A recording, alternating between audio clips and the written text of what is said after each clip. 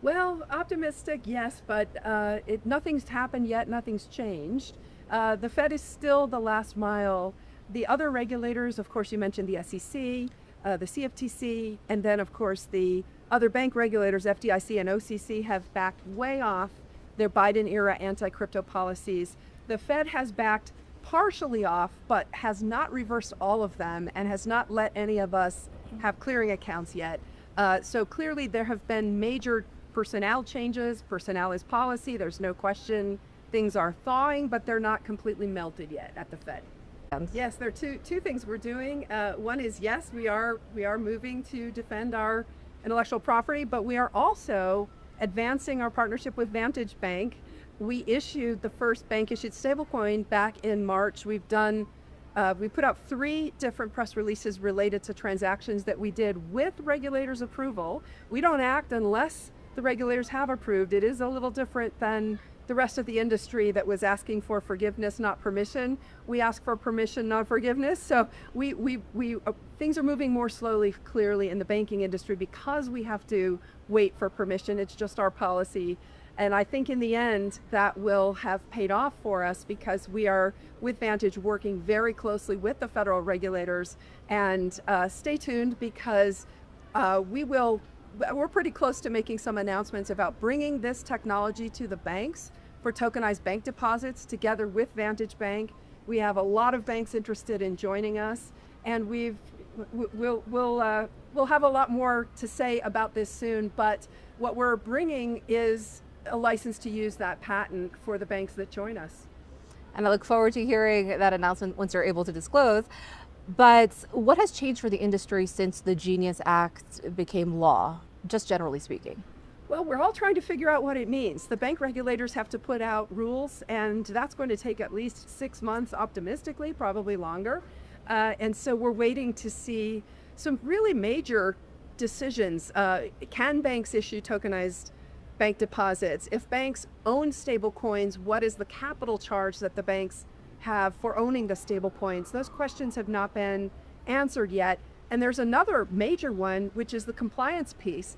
So much of the non-bank activity, with the fintech specifically in the crypto industry, is not up to bank standards of compliance. And I don't believe that the bank regulators will have a 2-tier system where the banks will have stronger compliance requirements than the non-banks. That puts the banks at a competitive disadvantage. But right now, that's exactly what the system is. And so I believe that the Fed and the OCC and the FDIC will clarify that there is a level playing field.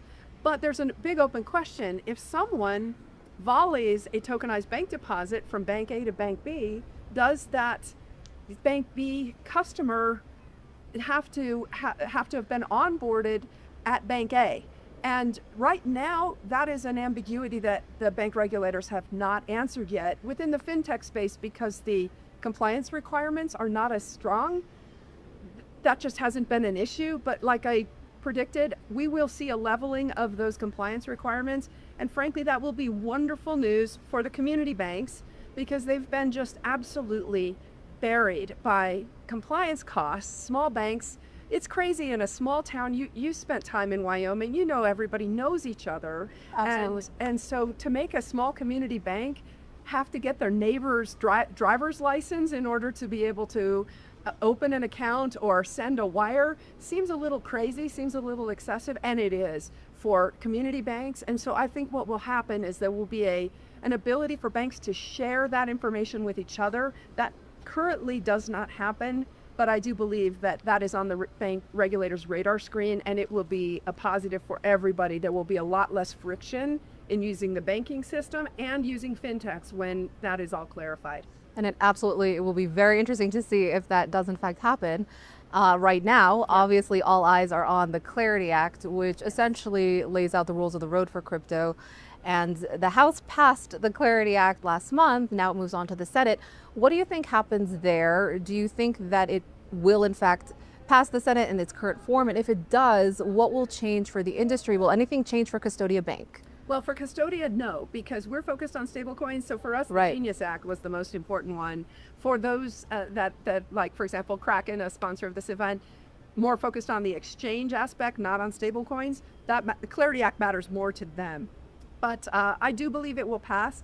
It won't be the House version. The Senate is doing a rewrite. It'll be interesting to see what ends up happening. Will it be the Senate version or the House version that ultimately gets signed into law? But President Trump has indicated that he wants the Clarity Act signed into law before the end of the year. And his son, Eric Trump, is coming to this event, one of the speakers at this event. So I do expect that Clarity will pass. I just don't know exactly yet what it will look like. Okay, that's all for Crypto World today. We'll be back again tomorrow with more coverage of the Wyoming Blockchain Symposium, and we look forward to seeing you then.